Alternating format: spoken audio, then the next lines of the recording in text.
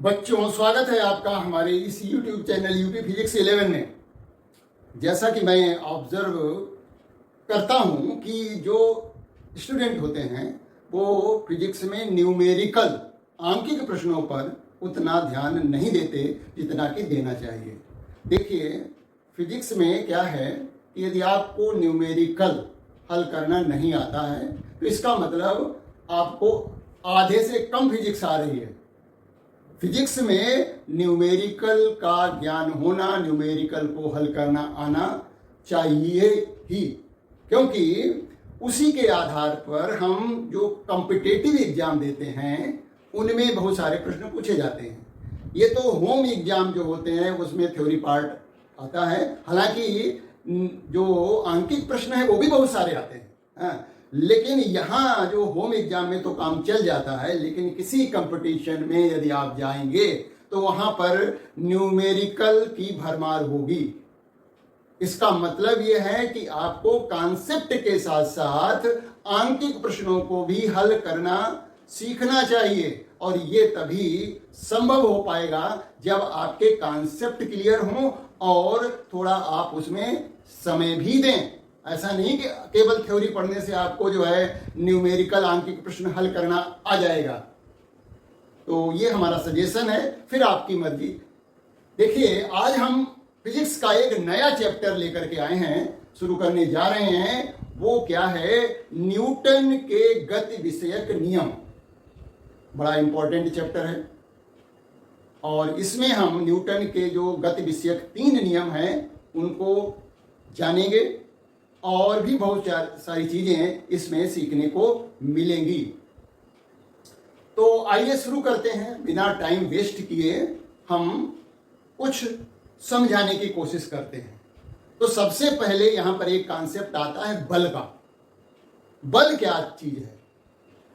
देखिए, दैनिक बोलचाल की भाषा में हम उसको महसूस करते हैं, समझ सकते हैं कि क्या है। कि जैसे किसी वस्तु पर हमने बल लगाया, एक बॉक्स है और उस बॉक्स पर हमने धक्का दिया, उसको धकेला, तो हो सकता है कि वो बॉक्स जो है अपनी जगह से हट जाए, है ना। कई बार हम चीजों को अपनी तरफ खींचते हैं तो भी वस्तु की स्थिति में परिवर्तन हो भी सकता है और नहीं भी हो सकता है। ये तो इस बात पे निर्भर करेगा कि हम कितना बल लगा पा रहे हैं। तो बल है क्या? जैसे हमने क्या किया, धक्का दिया। धक्का देने से वस्तु अपने स्थान से हट गई, या जो है हमने उस वस्तु को हटाने की कोशिश की, तो ये भी एक बल है, लगाने की प्रक्रिया है। या हमने वस्तु को अपनी ओर खींचा तो वस्तु हमारी तरफ आ भी सकती है, नहीं भी आ सकती है। तो कोशिश हम करते हैं बल लगा करके वस्तु की स्थिति में परिवर्तन करने।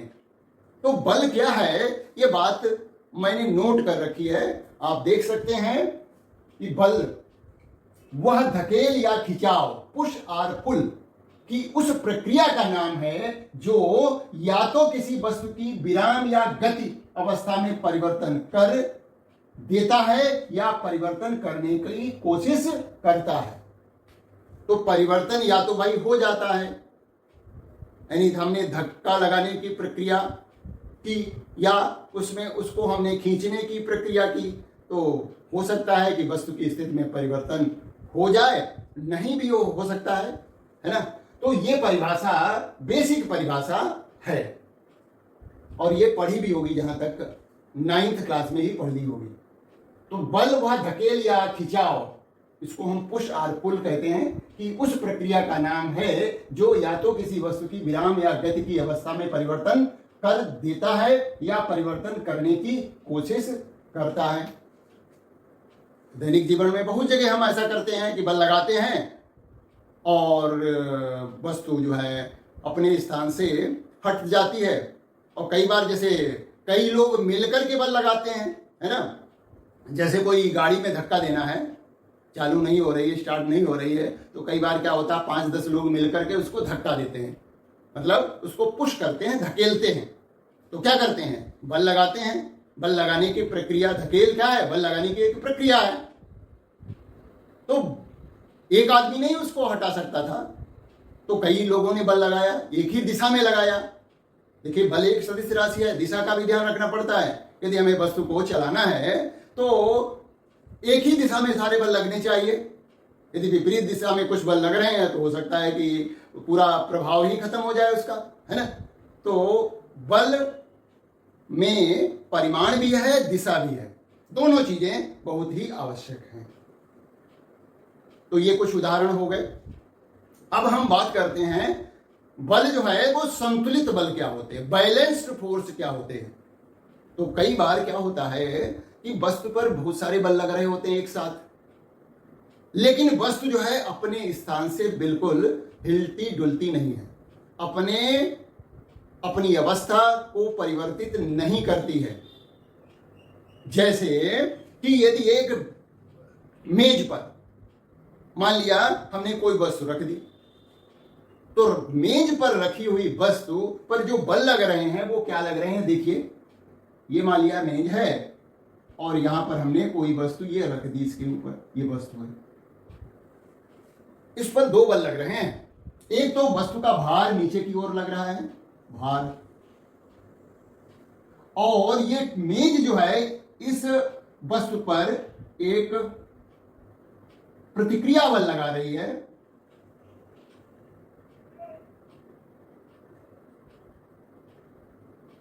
ऊपर की ओर लगा रही है, दो बल लग रहे हैं। तो इन दो बलों के प्रभाव से ये वस्तु लेकिन हट नहीं रही है, अपनी जगह पर ही स्थिर अवस्था में है। इसका मतलब ये दोनों बल एक दूसरे को संतुलित कर रहे हैं। तो ऐसे बल जो होते हैं वो संतुलित बल कहलाते हैं। यानी किसी वस्तु पर एक साथ एक समय में कई बल लग रहे हों और उनका परिणामी मान, उनका रिजल्टेंट शून्य है। भाई, हमें तो कुछ दिखाई नहीं दे रहा है इसमें कि वस्तु की स्थिति में परिवर्तन हो रहा है। तो इसका मतलब क्या हुआ कि बल जो लग रहे हैं उनका परिणामी मान जो है वो शून्य है। हम कह सकते हैं कि इसमें वस्तु बल ही नहीं लग रहे हैं, लेकिन ऐसा नहीं है, बल तो लग रहे हैं, लेकिन उनका परिणामी मान शून्य होने की वजह से ये वस्तु अपने स्थान से हट नहीं रही है। ये गति अवस्था में भी होता है, गति अवस्था में भी ये संभव है। जैसे कि ये कोई वस्तु गतिमान है ना। मान लिया साइकिल ही आप चला रहे हैं और साइकिल में की गति बढ़ाना है यदि आपको, तब तो और तेजी के साथ पैडल मारना पड़ेगा, तो साइकिल तेज चलने लगेगी। लेकिन यदि आप मान लिया साइकिल को एक समान वेग से चला रहे हैं, इसका मतलब ये हुआ कि आप लगातार उस पर बल लगा रहे हैं। बल लगाना बंद कर देंगे तो साइकिल थोड़ी देर के बाद रुक जाएगी। बल तो लगा रहे हैं, लेकिन उतना ही बल लगा रहे हैं जितना कि टायरों के बीच घर्षण बल लग रहा है। ये साइकिल के पहियों में जो हम बल लगा रहे हैं, है ना, तो इस तरह से साइकिल इधर जा रही है और घर्षण बल जो है पीछे की तरफ लग रहा है, और साइकिल का वेग नहीं बढ़ रहा है। इसका मतलब यह हुआ कि हम उतना ही बल लगा रहे हैं जितना कि घर्षण बल लग रहा है। इसका मतलब घर्षण बल और हमारे द्वारा लगाया गया बल आपस में एक दूसरे को संतुलित कर रहे हैं। हालांकि इसके अलावा भी बल यहां पर लग रहे हैं, जो यहां लग रहे हैं, भार लग रहा है नीचे की तरफ, है ना, साइकिल का, और साइकिल सवार का भार जो है, और पृथ्वी तल से जो प्रतिक्रिया बल लग रहा है वो भी लग रहा है ना। तो ये तो पहले से बैलेंस हैं, आपस में एक दूसरे से संतुलित हैं, भार और प्रतिक्रिया बल। अब इस साइकिल वाले ने जो बल लगाया वो भी जो है बैलेंस हो गया घर्षण बल से। घर्षण बल का नाम निश्चित रूप से सुना होगा। तो इसका मतलब पूरी साइकिल पर जितने भी बल लग रहे हैं सब आपस में संतुलित हैं। तो संतुलित बल क्या कर सकते हैं, है ना। संतुलित बल जो है किसी वस्तु की विराम या गति अवस्था को परिवर्तित नहीं कर सकते, है ना। ये बल जो हैं किसी वस्तु की गति अथवा विराम अवस्था में परिवर्तन नहीं कर सकते।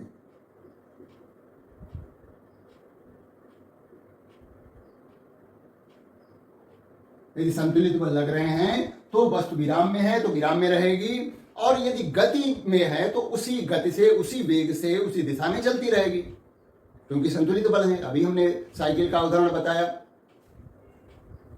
और नंबर 2, हाँ, ये बल जो है किसी वस्तु की आकृति बदल सकते हैं। ये बल किसी वस्तु की आकृति बदल सकते हैं, आकृति परिवर्तित कर सकते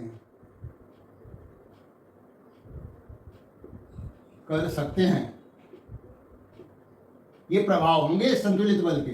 कैसे? जैसे एक हमने बैलून लिया, गुब्बारा फूला हुआ है, और उसको हमने अपने दोनों हाथों से दबाया, यानी बल लगाया। जितना बल हमने दाहिने हाथ से लगाया उतना ही बल बाएं हाथ से भी लगाया, और हमने देखा कि जो है गुब्बारे की आकृति जो थी वो बदल रही है। समान बल एक दूसरे से के विपरीत दिशा में लगाए तो गुब्बारे की आकृति बदल गई। तो संतुलित बल लगा करके हम आकृति, किसी वस्तु के का आकार, जैसे रबर बैंड को खींचते हैं तो आकार बदल जाता है उसका, दोनों हाथों से हमने बराबर बल लगा रहे होते हैं। तो इस तरह से संतुलित बल किसी वस्तु की आकृति, आकार में परिवर्तन ला सकते हैं, लेकिन वो उस वस्तु की विराम अवस्था में कोई परिवर्तन नहीं कर सकते, गति अवस्था में भी परिवर्तन नहीं कर सकते। उनका वेग तभी बदलेगा जब बल कैसे होने चाहिए? असंतुलित होने चाहिए। इसका जस्ट जो है अपोजिट, इसका जो है वो असंतुलित बल है, अनबैलेंस्ड फोर्स। अनबैलेंस्ड फोर्स कौन से होते हैं?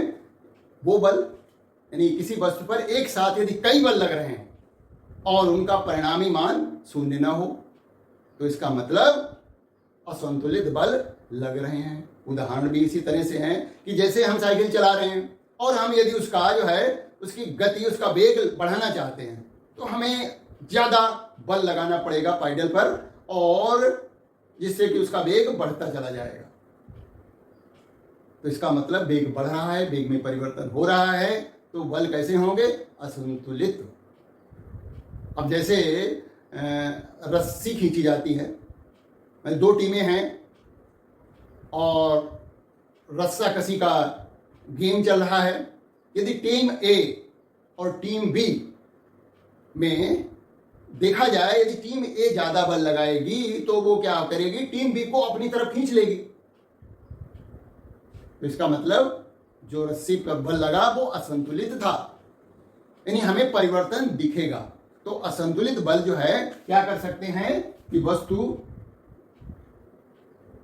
की गति या क्या विराम अवस्था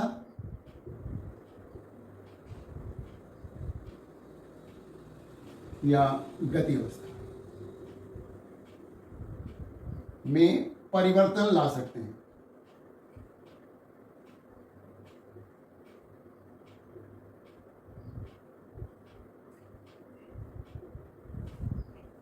तो ये बल जो है, जो संतुलित होते हैं वो वस्तु की गति या विराम अवस्था में परिवर्तन नहीं लाते हैं, जबकि असंतुलित बल जो लग रहे होते हैं वो वस्तु की विराम या गति अवस्था में परिवर्तन लाते हैं। आकृति ये भी बदल सकते हैं, असंतुलित बल भी आकृति बदल सकते हैं। मेन बात है कि ये जो बल हैं वो वस्तु को विराम अवस्था से गति अवस्था में ला सकते हैं, या गति अवस्था में कोई वस्तु है उसको विराम अवस्था में भी ला सकते हैं। वेग बढ़ा सकते हैं, वेग घटा सकते हैं वस्तु का, उसकी दिशा भी बदल सकते हैं, है ना। तो ये बात हुई बल की। अब हम बात करेंगे न्यूटन के गति विषयक पहले नियम की। तो न्यूटन का गति विषयक पहला नियम हमें बल के गुणात्मक स्वरूप का ज्ञान कराता है, क्वालिटेटिव नेचर ऑफ फोर्स। बल के गुणात्मक स्वरूप का बोध कराता है, उसकी व्याख्या करता है। वो क्या है?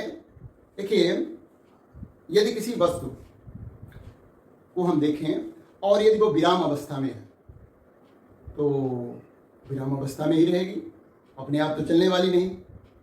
या फिर गति अवस्था में है तो क्या होगा कि वो भी गति अवस्था में भी रहनी चाहिए, रहेगी। कब तक? जब तक कि उस पर कोई बाह्य बल न लगाया जाए। बाह्य बल लगाकर की उसकी गति या विराम अवस्था में परिवर्तन हम ला सकते हैं। तो इस नियम के अनुसार देखिए, बल की बात हो रही है, मतलब ये बल की गुणात्मक व्याख्या कर रहा है। बल का गुण क्या है? बल का गुण है कि वस्तु की स्थिति में परिवर्तन लाना, गति अवस्था से विराम में लाना या विराम अवस्था से गति अवस्था में लाना, यही तो गुण है बल का। तो ये गुणात्मक, बल के गुणात्मक स्वरूप की व्याख्या कर रहा है। तो इस नियम के अनुसार मैंने नोट कर रखा है, नोट कर सकते हैं, न्यूटन्स फर्स्ट लॉ। यदि कोई वस्तु विराम अवस्था में है तो वह विराम अवस्था में रहेगी, और यदि एक समान वेग से सीधी रेखा में चल रही है तो वह वैसे ही चलती रहेगी जब तक कि उस पर बाह्य बल लगाकर उसकी अवस्था में परिवर्तन न किया जाए। तो बाह्य बल लगाना है हमें, यह भी ध्यान देना है। बल कैसा लगाना? बाह्य। बाह्य का मतलब एक उदाहरण मैं बताता हूं आपको। जैसे गाड़ी के अंदर बैठे हो आप, कार के अंदर बैठे हो और आपसे कहा जाए चलो भाई कार में धक्का लगाओ, दो लोग बैठे हुए हैं। अब वो गाड़ी के अंदर बैठ करके धक्का लगा रहे हैं तो क्या गाड़ी चलेगी? कार बिल्कुल नहीं चलेगी, क्योंकि बल जो है वो आंतरिक हो गया। हमें बाह्य बल लगाना है। वस्तु बाह्य बल लगाकर ही वस्तु की गति अवस्था या विराम अवस्था में परिवर्तन किया जा सकता है। यही बल का गुण भी है। इसीलिए ये जो नियम है, न्यूटन का पहला नियम, हमें बल की गुणात्मक स्वरूप का ज्ञान कराता है। तो ये याद किया जा सकता है, इसको परीक्षा में भी लिखने को आ सकता है। हाँ, तुलनात्मक रूप से देखें तो सबसे इंपॉर्टेंट नियम जो है वो न्यूटन का दूसरा नियम है। मतलब परीक्षा के पॉइंट ऑफ व्यू से, वैसे तो सभी इंपॉर्टेंट है ना। अब ये तो सिंपल सी बात है कि हमने कहा कि जो है कोई वस्तु जो है रखी हुई है तो वो क्या होगी? सदैव रखी रहेगी। कहीं पर स्थिर अवस्था में है तो क्या होगी? स्थिर अवस्था में ही तो रहेगी। उसकी स्थिति में परिवर्तन बिल्कुल नहीं होगा।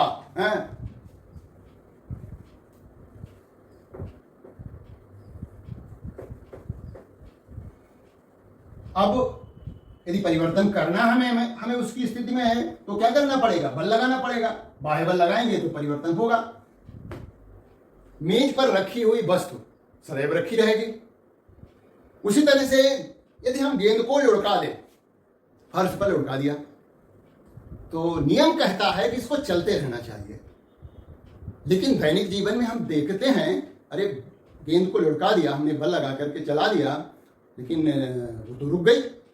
जबकि न्यूटन का पहला नियम कहता है कि वस्तु यदि गतिमान है तो उसी दिशा में उतने ही वेग से लगातार चलती रहेगी। कंडीशन है कि जब तक उस पर कोई बाह्य बल न लगाया जाए।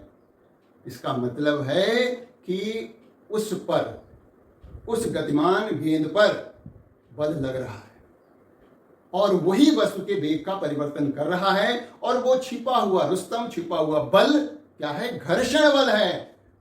गेंद जा रही है इधर को, जैसे इसने चलना प्रारंभ किया तुरंत घर्षण बल इस पर लगने लगा, और इसी घर्षण बल की वजह से जो है वस्तु की गति में या कहें वेग में परिवर्तन होने लगा और धीरे धीरे वस्तु रुक गई, थोड़ी दूर जाकर के रुक गई। तो इसका मतलब ये नहीं है कि न्यूटन का पहला नियम फेल हो गया। बिल्कुल फेल नहीं हुआ है, क्योंकि इस गतिमान गेंद पर बल लगने लगा जिसका नाम है घर्षण बल। हमने नहीं लगाया, वो ऑटोमेटिकली अपने आप लगने लगा। तो इसका मतलब नियम पूरी तरह से सही है। चाहे वस्तु गतिमान हो चाहे स्थिर अवस्था में हो, वो अपनी अवस्था को तब तक चेंज नहीं करेगी जब तक जो है उस पर कोई बाह्य बल लगाकर उसकी अवस्था में परिवर्तन न कर दिया जाए। अब हम इसी नियम से संबंधित एक गुण है, एक प्रवृत्ति है वस्तुओं की, जिसमें द्रव्यमान होता है। द्रव्यमान वाली वस्तुओं में ऐसा गुण पाया जाता है जिसको हम कहते हैं जड़त्व, इनर्शिया। ये क्या है? ये उन वस्तुओं में पाया जाता है जिनमें कि द्रव्यमान होता है। यानी वो इनर्शिया का गुण क्या है? यदि कोई वस्तु विराम अवस्था में है तो वो विराम में रहती है, और गति अवस्था में है तो गति अवस्था में ही रहती है और दिशा भी नहीं बदलती। तो वस्तुओं की वह प्रवृत्ति जिसके कारण वे अपनी गति अथवा विराम अवस्था में परिवर्तन का विरोध करती हैं या परिवर्तन स्वतः नहीं कर सकती, इस प्रवृत्ति को जड़त्व कहते हैं। तो ये उन सभी वस्तुओं में पाया जाएगा कि जिनमें कि द्रव्यमान होगा, और द्रव्यमान ही जड़त्व का जो है मापन है। जितना अधिक द्रव्यमान उतना ही अधिक उनमें जड़त्व।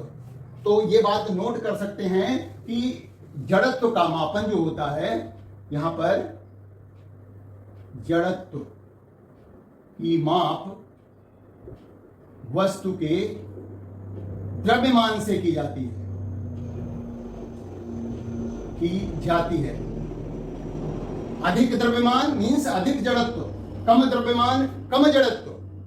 तो यहां पर लिखा गया है वस्तुओं की वह प्रवृत्ति जिसके कारण वो अपनी विराम या गति अवस्था में स्वयं परिवर्तन नहीं करती, जड़त्व कहलाता है। सीधी सी बात है।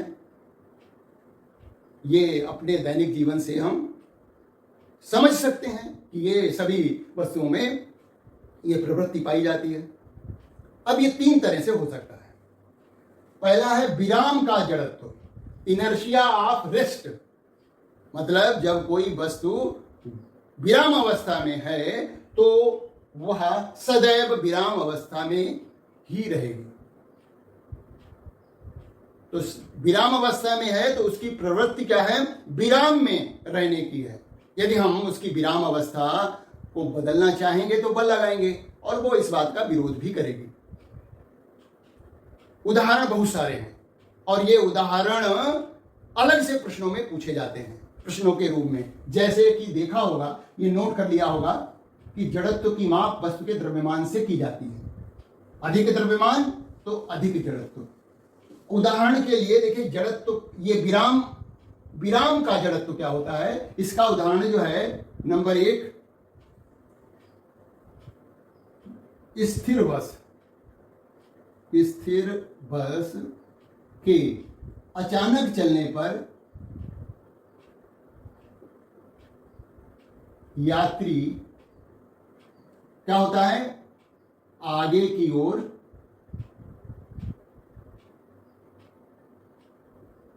गिरने लगते हैं।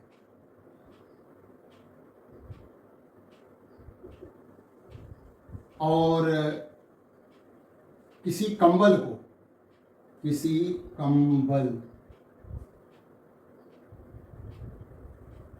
डंडे से पीटने पर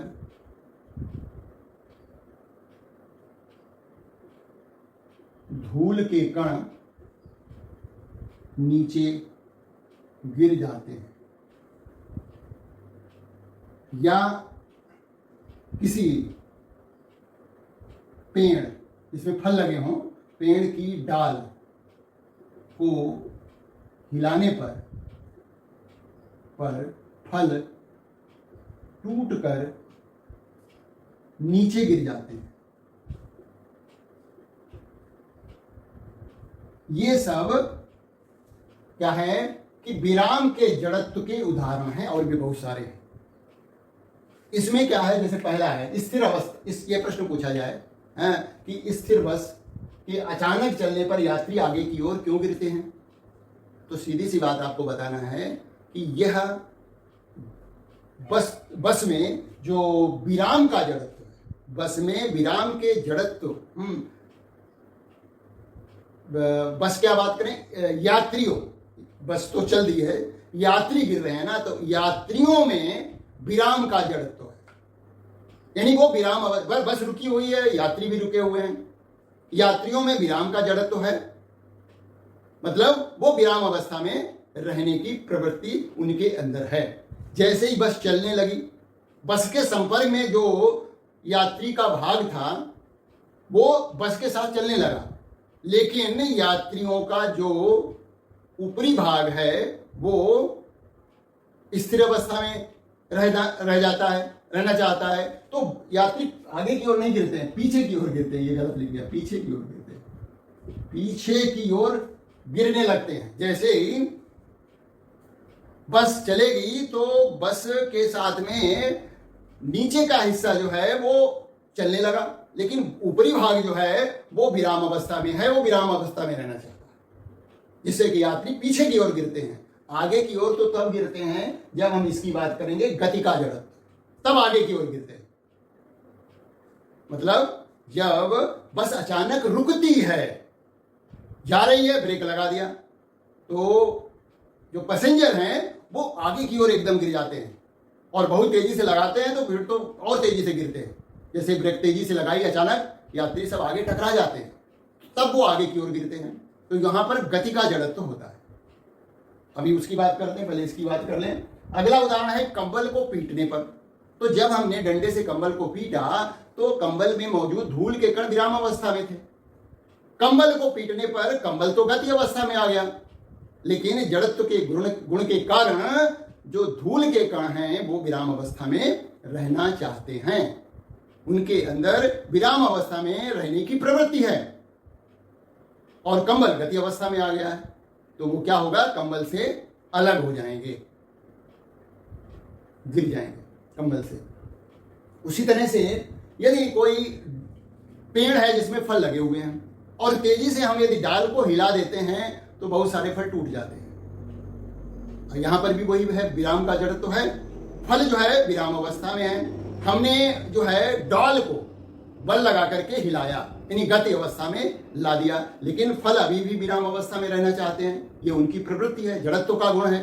तो जड़त्व के गुण के कारण वो गति अवस्था में आना नहीं चाहते, और जिससे कि वो टूटकर गिर जाते हैं। सीधा सा आंसर लिखना है। तो इस तरह के जो भी प्रश्न हैं सभी का कारण है कि जड़त्व के, विराम के जड़त्व के कारण ही ऐसा हो रहा है। दूसरा होता है गति का जड़त्व, इनर्शिया ऑफ मोशन। यदि कोई वस्तु एक समान चाल से चल रही है तो वह उसी चाल से सदैव चलती रहेगी। इसके भी बहुत इंटरेस्टिंग उदाहरण है। ये गतिमान वस्तु, इसको कर देते हैं बस, गतिमान। पहला उदाहरण है गतिमान बस के अचानक रुकने पर यात्री आगे की ओर गिरते हैं, आगे की ओर गिरने लगते हैं। तो सिंपल सी अभी हमने बात बताई कि जैसे ही ब्रेक लगाई ड्राइवर ने, सारे पैसेंजर आगे की तरफ गिर गए, क्योंकि जो है पैसेंजर गति अवस्था में थे। वो उनकी प्रवृत्ति है कि गति अवस्था में रहना चाहते हैं। बस रुक गई, लेकिन उनका शरीर अभी भी गति अवस्था में रहने की प्रवृत्ति में है, यानी उनके अंदर गति का जड़त्व है। गति के जड़त्व के कारण जो है पैसेंजर आगे की ओर गिरते हैं। एक और बहुत अच्छा उदाहरण है जिसमें कि जैसे कोई चलती ट्रेन से नीचे कूदता है, चलती रेलगाड़ी से नीचे उतरना खतरनाक होता है, या कहें चलती ट्रेन से जब कोई यात्री नीचे उतरता है तो वो गिर जाता है। इसकी व्याख्या, इसका उत्तर क्या है कि उस पैसेंजर के अंदर जो कि एक ट्रेन में, रेलगाड़ी में गतिमान था, मतलब उसमें गति का जड़त्व था, जैसे ही वो ट्रेन से बाहर जमीन पे आया उसके पैर जो थे वो स्थिर अवस्था में आ गए, लेकिन उसका शरीर का ऊपरी भाग अभी भी ट्रेन की जो गति है उसी गति से उसी दिशा में जाना चाहता है, क्योंकि उसके अंदर गति का जड़त्व है, जिसके कारण वो जो है जमीन पर गिर जाता है। जितनी ज़्यादा स्पीड होगी उतना तेजी से गिरेगा। इसलिए ये बात हमें ध्यान में रखनी चाहिए कि चलती ट्रेन, चलती बस से उतरना खतरनाक है, और यदि मान लिया बाई चांस उतरना भी पड़े तो हमें क्या करना चाहिए, जिस दिशा में रेलगाड़ी या बस जा रही है उसी तरफ को मुंह करके हमें दौड़ना चाहिए, उतरते ही दौड़ने लगना चाहिए, तभी बच सकते हैं। पहली बात तो हमें अवॉइड करना चाहिए, बिल्कुल नहीं उतरना चाहिए, क्योंकि बहुत तेज गति है तो उतना तेज चल पाना, दौड़ पाना भी तो मुश्किल है। धीमी भी चल रही है तो भी आपको उसी तरफ उतरने के बाद रेलगाड़ी या बस की गति की दिशा में ही थोड़ा चलना पड़ेगा, यदि आपको गिरने से बचाना है। उसी तरह से देखा होगा, जब कोई खिलाड़ी लंबी कूद कूदना चाहता है तो क्या करता है कि पहले दौड़ लगाता है। दौड़ लगाने से उसका शरीर गति अवस्था में आ जाता है, मतलब उसके अंदर गति का जड़त्व आ जाता है। ये गति का जड़त्व उसको लंबी छलांग लगाने में मदद करता है। तो गति का जड़त्व जो है खिलाड़ी को लंबी छलांग लगाने में मदद करता है, इसीलिए वो दौड़ता है। अब तीसरा है दिशा का जड़त्व। दिशा का जड़त्व का मतलब है कि वस्तु, कोई गतिमान वस्तु जिस दिशा में चल रही है सदैव वो उसी दिशा में चलती रहेगी। अब इसका एक उदाहरण देखिए, जैसे कि कोई गाड़ी है, कार है, और कार जो है अचानक मुड़ जाए, है ना, तो क्या होगा कि जो पैसेंजर हैं वो एक तरफ को गिर जाते हैं, जिस तरफ मुड़ी है उसके अपोजिट में। यदि मान लिया उस समय खिड़की खुल जाए तो वो बाहर गिर जाएंगे। मतलब पैसेंजर जो अंदर बैठे हुए हैं वो उस कार में अपनी दिशा नहीं बदलना चाहते, वो पहले जिस दिशा में कार जा रही थी उसी दिशा में चलने की कोशिश करते हैं, और जैसे ही गाड़ी मुड़ती है वो एक तरफ को, क्योंकि वो उसी दिशा में जाना चाह रहे थे और कार मुड़ गई, तो निश्चित रूप से वो एक तरफ को गिर जाएंगे। दूसरा उदाहरण है कि देखा होगा साइकिल के पहियों में मिट्टी लगी हुई है। अब यदि हम उसके पैडल की साइकिल को खड़ी कर दें स्टैंड पे और उसके पहिए को घुमाएं तो देखते हैं कि जो मिट्टी है वो निकलने लगती है, छूटने लगती है। तो इसका भी कारण वही है कि जैसे कि हमने मिट्टी उसके साथ, पहिए के साथ नहीं घूमना चाहती, पहिया तो लगातार अपनी दिशा बदल रहा है ना, पहिए का प्रत्येक बिंदु लगातार अपनी दिशा बदल रहा है, लगी हुई मिट्टी अपनी दिशा बदलना नहीं चाहती, इसलिए वो पहिए से अलग हो जाती है। तो ये कुछ उदाहरण थे जिसका कि विराम का जड़त्व, गति का जड़त्व और दिशा का जड़त्व समझ सकते हैं। और भी बहुत सारे उदाहरण बुक्स में दिए गए होंगे, उनको पढ़ लीजिएगा। लेकिन आपके आंसर में हमेशा जिससे संबंधित जड़त्व, जो जड़त्व दिया गया उस बात को जरूर बताइएगा कि इस वस्तु में गति के जड़त्व के कारण ऐसा हो रहा, विराम के जड़त्व के कारण ऐसा हो रहा, दिशा के जड़त्व के कारण ऐसा हो रहा है। ये शब्द जरूर आने चाहिए। अब हम आगे बढ़ते हैं और एक नया जो है मतलब कॉन्सेप्ट जो है उसकी बात करते हैं, जिसको हम कहते हैं संवेग। संवेग क्या है? तो पहले तो उसको समझिए, संवेग है क्या। देखिए, अनुभव किया होगा कि जैसे एक हल्की वस्तु है, ठीक है, और एक भारी वस्तु है, दो वस्तुएं जा रही हैं, ठीक है। अब यदि हमें जो है उनको रोकना पड़े, चलिए समान वेग से जा रही हैं, यदि हमें रोकना पड़े तो किस वस्तु में ज्यादा बल लगाना पड़ेगा? जो कि भारी होगी, मतलब जिसका द्रव्यमान अधिक होगा उसमें जो है हमें बल ज्यादा लगाना पड़ेगा। उदाहरण के लिए जैसे हम टेनिस की बॉल देखी होगी, हल्की सी होती है, छोटी सी। एक होती है क्रिकेट की बॉल, है ना, अब क्रिकेट की बॉल भारी होती है, उसका द्रव्यमान अधिक होता है, टेनिस की बॉल तो बहुत ही हल्की होती है। अब मान लिया दोनों को समान वेग से फेंके या मारे किसी के, तो क्या होगा कि जो टेनिस की बॉल है वो कोई बल लगा नहीं पाएगी, देखा जाए यदि मारते हैं तो, जबकि क्रिकेट की बॉल तो सिर फोड़ देगी, है ना। तो इसका मतलब कुछ ऐसा गुण है दोनों की, जबकि वेग समान है, वेग समान है, लेकिन एक हल्की वस्तु कम बल लगा पा रही है और एक भारी वस्तु उतनी ही वेग से चलते हुए अधिक बल लगा पा रही है।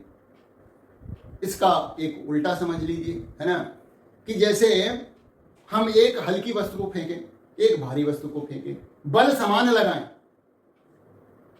तो क्या होता है कि हल्की वस्तु ज्यादा वेग से जाती है और भारी वस्तु उतनी वेग से नहीं जा पाती है, क्योंकि हमने बल तो समान लगाया, समान बल लगा करके फेंका दोनों को। तो हमने देखा कि जो हल्की वस्तु थी उसमें वेग बहुत आ गया, जबकि भारी वस्तु में उतना वेग हम नहीं ला पाए, क्योंकि बल तो हमने समान लगाया। तो ये जो वस्तुओं के अंदर गुण होता है, चलती हुई वस्तुओं के अंदर, वो संवेग से संबंधित है। मतलब संवेग होता क्या है उसकी परिभाषा तो यहां लिख दी है मैंने।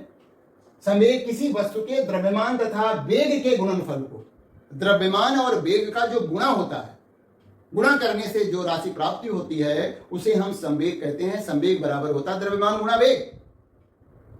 तो संवेग जब द्रव्यमान गुणा वेग है तो इसमें देखा जाए वेग क्या है, एक सदिश राशि है, तो संवेग भी एक सदिश राशि है।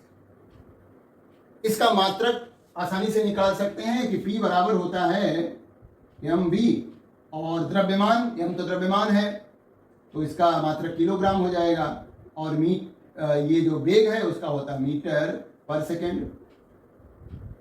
तो संवेग का मात्रक ये हो गया। अब यदि हमें इसकी बीमा लिखनी हो, है ना, तो बीमा भी लिख सकते हैं। बीमा क्या हो जाएगी, देखिए वेग की बीमा मालूम होनी चाहिए और द्रव्यमान और मिला दीजिए m, और वेग मीटर बटे सेकेंड, मीटर का मतलब l और सेकेंड नीचे चला गया, है ना। सेकेंड समय को t से प्रदर्शित करते हैं बीमा लिखते समय, तो मीटर बटे सेकेंड, तो ये हो गया m/l/t-1। तो समय समय पर बीमा को भी देखते रहिए, तो बीमा लिखने आती है परीक्षा में। अब हम यहाँ पर जैसे कंपेयर करें कि जैसे दो वस्तुएं हैं, है ना, हम बात कर रहे हैं यहाँ पर संवेग की, है ना। पहला केस लेते हैं, दो वस्तुएं समान वेग से गतिमान हैं और उनके द्रव्यमान जो हैं m1 तथा m2 हैं, और यहां पर हम ले रहे हैं कि m1 बड़ा है m2 से। तो क्या होगा, वेग समान है, तो पहली वस्तु का संवेग p1 बराबर हो जाएगा m1v, दूसरी वस्तु का संवेग p2 बराबर हो जाएगा m2 इंटू v, भाग दे दीजिए, p1 बटे p2 बराबर हो जाएगा m1 बटे m2। तो इससे क्या पता लगा कि जिसका द्रव्यमान अधिक होगा उसी का संवेग भी अधिक होगा, क्योंकि m1 बड़ा है m2 से, तो p1 बड़ा होगा p2 से। यानी दो वस्तुएं जो समान वेग से गतिमान है, तो संवेग किसमें ज्यादा होगा, जिसका द्रव्यमान अधिक होगा उसमें संवेग ज्यादा होगा। दूसरा केस लेते हैं, यदि दो यही वस्तुएं जो हैं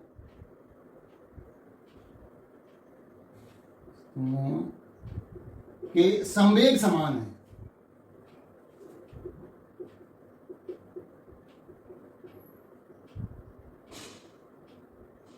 तो क्या रिजल्ट आएगा देखना। संवेग समान कर लेते हैं, यानी पहले का संवेग p1 बराबर हो गया, वेग अलग अलग है और अलग अलग वेग से गतिमान है, संवेग समान है परंतु उनके वेग अलग अलग। संवेग समान है तथा उनके वेग v1 तथा v2 हैं। तो p1 क्या हो जाएगा, m1 v1 हो जाएगा और p2 बराबर हो जाएगा m2 v2। और यहां पर क्या दिया गया, संवेग समान है तो p1 बराबर p2 है, दिया हुआ p1 बराबर p2, तो ये क्या हो जाएगा m1 v1 बराबर हो जाएगा m2 v2। और इससे रिजल्ट हम क्या निकालेंगे, देखिए m1 बटे m2 बराबर हो जाएगा, इसको इधर ले आए, v1 को उधर ले जाना पड़ेगा, v2 बटे v1। संवेग समान थे, वेग v1 v2 थे हमने कहा। अब देखिए बड़ा इसमें कौन है, द्रव्यमान में m1 बड़ा है, मैंने ले रखा है, तो यहां पर इस तरफ जब ऊपर इधर बाईं साइड में ऊपर वाली संख्या बड़ी है तो दाहिने साइड में भी ऊपर वाली की संख्या बड़ी होनी चाहिए, तभी तो ये भिन्न आपस में बराबर होंगे। भाई ये भिन्न इसके बराबर है, इसका मतलब यदि ऊपर वाली संख्या इधर बड़ी है तो दाहिनी तरफ भी ऊपर वाली ही संख्या बड़ी होगी। हाँ, इससे निष्कर्ष निकल रहा है कि v2 बड़ा है v1 से। ठीक है, तो इस संवेग समान है, संवेग समान है तो इसका मतलब जो है ये तभी संभव होगा जब हल्की वाली वस्तु जो है तेजी से चल रही हो। भाई संवेग समान है, द्रव्यमान तो पहले से हमने मान रखे हैं कि m1 बड़ा है m2 से, संवेग समान है, कंडीशन दी गई है, तो दूसरी जो हल्की वाली वस्तु है उसका वेग अधिक होगा, तभी संवेग समान हो पाएंगे। तो इससे ये निष्कर्ष निकला कि v2 बड़ा है v1 से, क्योंकि हमारा गुणा बराबर है ना, m1 v1 का गुणा बराबर है m2 v2 के, और m2 छोटा है तो v2 को बड़ा होना पड़ेगा, है ना। तो इस तरह से हमने संवेग को समझा।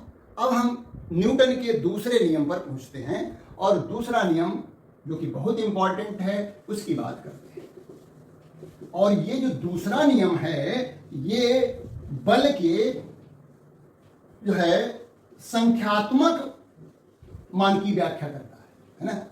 ये जो न्यूटन का दूसरा नियम है वो बल के संख्यात्मक क्वांटिटेटिव स्वरूप की व्याख्या करता है। पहला नियम बल के गुणात्मक स्वरूप की व्याख्या करता है और दूसरा नियम जो है बल के संख्यात्मक स्वरूप की व्याख्या करता है। मतलब इससे हम बल को माप सकते हैं। पहले नियम से हम बल का अनुभव कर सकते हैं, दूसरे नियम से, न्यूटन के दूसरे नियम से बल को माप सकते हैं, क्योंकि यह संख्यात्मक स्वरूप की व्याख्या करता है। तो न्यूटन का दूसरा नियम,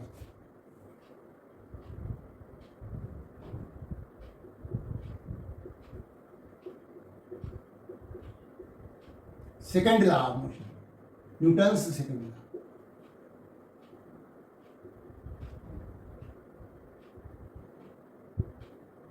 इस नियम के अनुसार किसी वस्तु में संवेग परिवर्तन की दर उस पर लगाए गए बल के अनुक्रमानुपाती होती है। किसी वस्तु में संवेग परिवर्तन की दर, संवेग परिवर्तन की दर उस पर लगाए गए बाह्य बल के अनुक्रमानुपाती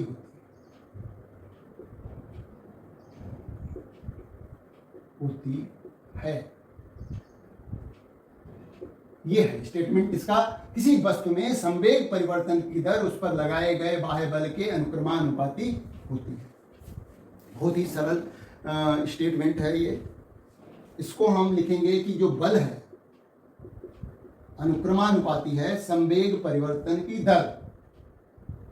इस परिवर्तन को हम डेल्टा से प्रदर्शित करते हैं। डेल्टा पी संवेग हो गया, संवेग परिवर्तन की दर डेल्टा पी बटे डेल्टा टी, ये हो गया। अब यह proportional to delta P, P कहां से आता है? पी आता है द्रव्यमान गुणा वेग, और वेग में परिवर्तन होता है, द्रव्यमान तो निश्चित रहता है। भाई हमें मास द्रव्यमान गुणा वेग करना है, द्रव्यमान गुणा वेग, तो हमें तो क्योंकि ये क्या है, संवेग का परिवर्तन ऊपर दिखाया गया, डेल्टा पी का मतलब संवेग में परिवर्तन, तो द्रव्यमान तो परिवर्तित होता नहीं वस्तु का, वेग परिवर्तित होता है, तो इसलिए हमने डेल्टा वी लिख दिया बटे डेल्टा टी। अब ये देखिए द्रव्यमान, और ये हो गया डेल्टा वी बटे डेल्टा टी, यानी वेग परिवर्तन की दर, ये हो गई वेग परिवर्तन की दर। तो वेग परिवर्तन की दर को हम कहते हैं त्वरण, वेग परिवर्तन की दर को कहते हैं त्वरण। तो ये हो गया एम ए, यहां ब्रैकेट में लिख सकते हैं कि डेल्टा वी बटे डेल्टा टी जो होता है वो ए होता है, और वैसे तो देखा जाए डेल्टा वी क्या होता है, बी माइनस यू बटे डेल्टा टी, यानी समय में जो परिवर्तन लिया गया समय, ये डेल्टा वी का मतलब वेग में परिवर्तन, अंतिम वेग माइनस प्रारंभिक वेग बटे डेल्टा टी, और इसी को हम त्वरण कहते हैं। ये क्या है, जो है वेग परिवर्तन की दर को त्वरण कहते हैं। यह अनुक्रमानुपाती है द्रव्यमान गुणा त्वरण के, यह बराबर हो गया के एम ए, और यहां पर लिख देते हैं यस आई मात्रक में के का मान 1 होता है, इसलिए यह बराबर एम ए। ये हमारा न्यूटन का दूसरे नियम का रिजल्ट हो गया। देखिए इस रिजल्ट की सहायता से वस्तु पर लगने वाले बल की गणना की जा सकती है। जैसा कि मैंने पहले बता दिया था कि ये नियम जो है वस्तु पर लगने वाले बल की गणना में मदद करेगा, क्योंकि ये नियम जो है बल की संख्यात्मक प्रवृत्ति, संख्यात्मक स्वरूप की व्याख्या करता है। तो इस फार्मूले की सहायता से हम बल निकाल पाएंगे। हमें क्या मालूम होना चाहिए, वस्तु का द्रव्यमान मालूम होना चाहिए, वस्तु में कितना त्वरण है वो मालूम होना चाहिए। अब देखिए हमें इसका सूत्र मालूम हो गया, यह बराबर एम इंटू ए, द्रव्यमान गुणा त्वरण। इससे हम इसका मात्रक निकाल सकते हैं और जो है इसका विमीय सूत्र भी निकाल सकते हैं। और वैसे तो इसका मात्रक जो है, बल का मात्रक जो है वो आपको मालूम होगा न्यूटन होता है। वैसे इस सूत्र के हिसाब से देखें, ये भी हमें मालूम होना चाहिए कि मात्रक ये क्या है। देखिए जरा, ये हमारा आया एफ बराबर आया एम ए, तो ये हो गया किलोग्राम, द्रव्यमान का मात्रक किलोग्राम, और त्वरण का मात्रक होता है मीटर पर सेकेंड का वर्ग। तो ये भी एक मात्रक है बल का। वैसे तो बल का मात्रक जो है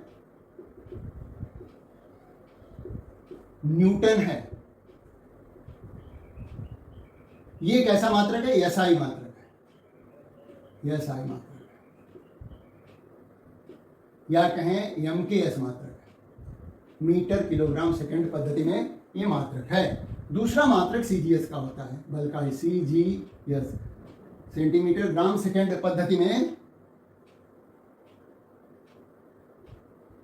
बल का मात्रक जो है वो क्या है, डाइन है। डायन नहीं है, डाइन है, डाइन। देखिए डाइन होता है, डायन होता है, डायन, डायन नहीं कहना है, डाइन है, D Y N E, dyne, डाइन नहीं, डाइन तो बहुत खतरनाक है भाई, है ना। तो यहां पर इसमें संबंध भी मालूम होना चाहिए कि 1 न्यूटन बराबर होता है 10⁵ डाइन। छोटा मात्रक है, ये याद रखेंगे। इसके अलावा भी बल के जो और मात्रक हैं, गुरुत्वीय मात्रक भी हैं, उसको हम किलोग्राम भार कहते हैं। बल का मात्रक जो गुरुत्वीय मात्रक है वो किलोग्राम भार है, गुरुत्वीय मात्रक वो है किलोग्राम भार। इसके बल का है किलोग्राम भार, ऐसे लिखा जाता है। और 1 किलोग्राम भार बराबर होता है 9.8 न्यूटन के। ये गुरुत्वीय मात्रक किलोग्राम भार है, और 1 किलोग्राम भार जो होता है वो 9.8 न्यूटन या लगभग 10 न्यूटन के बराबर होता है। अब जो हमें सूत्र प्राप्त हुआ है, इसकी सहायता से हम न्यूटन की परिभाषा भी लिख सकते हैं। अभी देखिए लिखते हैं न्यूटन की परिभाषा।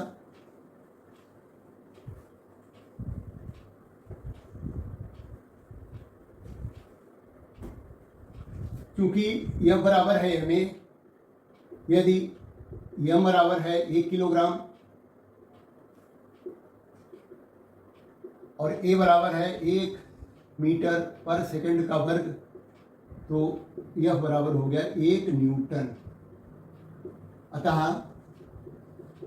1 न्यूटन वह बल है, 1 न्यूटन वह बल है जो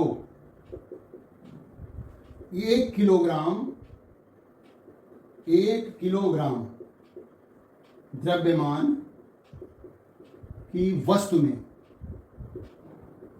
1 मीटर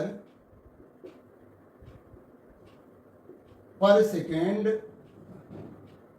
वर्ग, 1 मीटर पर सेकेंड वर्ग का त्वरण उत्पन्न करता है।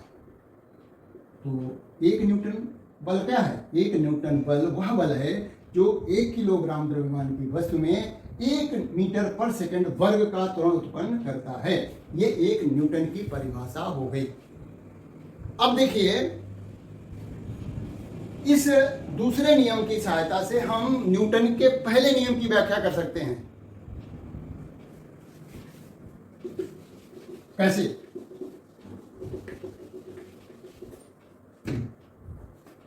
न्यूटन के द्वितीय नियम से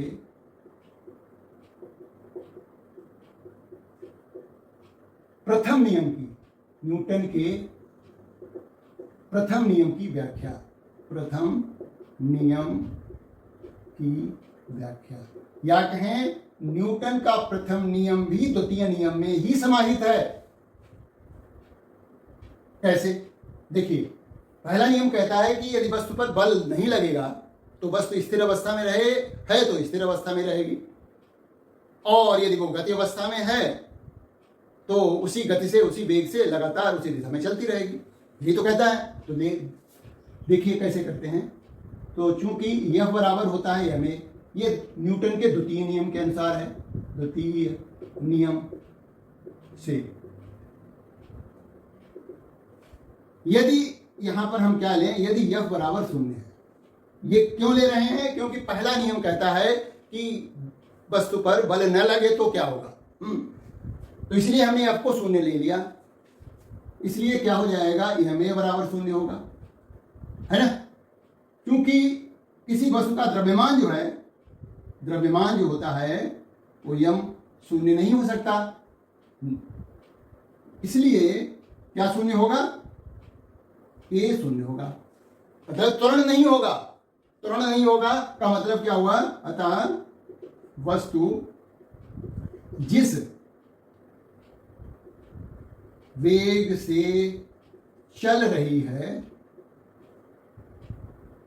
उसी वेग से चलती रहेगी, चलती रहेगी। यही तो कहता है हमारा पहला नियम न्यूटन का। क्या? यदि बल का मान 0 हो तो वस्तु जिस वेग से चल रही है उसी वेग से उसी दिशा में चलती रहेगी। ये देखिए दूसरे नियम से भी आ गया। अब दूसरी बात कहिए कि हम इस त्वरण को क्या लिखते हैं, डेल्टा V बटे डेल्टा T बराबर 0। तो T तो 0 नहीं हो सकता, हाँ अनंत हो सकता है। तो यहां पर क्या होगा कि डेल्टा V बराबर 0 है। डेल्टा V कैसे आता है, V माइनस U से डेल्टा V आता है, तो V बराबर U। यहां पर भी वही बात हो गई, अंतिम वेग बराबर प्रारंभिक वेग, है ना। अंतिम वेग, ये क्या हुआ, अंतिम वेग बराबर प्रारंभिक वेग हो गया। अब यदि मान लिया प्रारंभिक वेग 0 है ना, U को 0 मान लेते हैं। मतलब यदि वस्तु स्थिर अवस्था में है, यदि वस्तु स्थिर है तो क्या होगा, U बराबर 0 हो जाएगा। इससे क्या होगा, V बराबर 0 होगा। अर्थात उसका स्थिर है तो स्थिर रहेगी। अतः जो वस्तु स्थिर अवस्था में है, स्थिर अवस्था में है, वह स्थिर ही रहेगी। और कंडीशन इसमें क्या लगाई है शुरू में ही कि बल का मान शून्य हो। तो देखिए, यदि शुरू का वेग उसका शून्य है, यदि स्थिर है तो अंतिम वेग भी शून्य ही रहेगा, स्थिर है तो स्थिर रहेगी। यही हमारा पहला नियम बताता है न्यूटन का। और यहाँ कंडीशन है शून्य, बल शून्य होना चाहिए। तो इस तरह से न्यूटन का दूसरा नियम न्यूटन के पहले नियम की पूरी तरह से व्याख्या करता है। उम्मीद है आपको आज जो चीज़ें समझाई गई हैं वो जरूर समझ में आई होंगी। तो अपने दोस्तों को वीडियो शेयर करिए और सब्सक्राइब कर लीजिए, जिससे कि आपको जैसे भी हम वीडियो डालें तुरंत आपको आपके मोबाइल पर जहाँ जैसे देख रहे हैं मिल जाए। तो thank you for watching this video.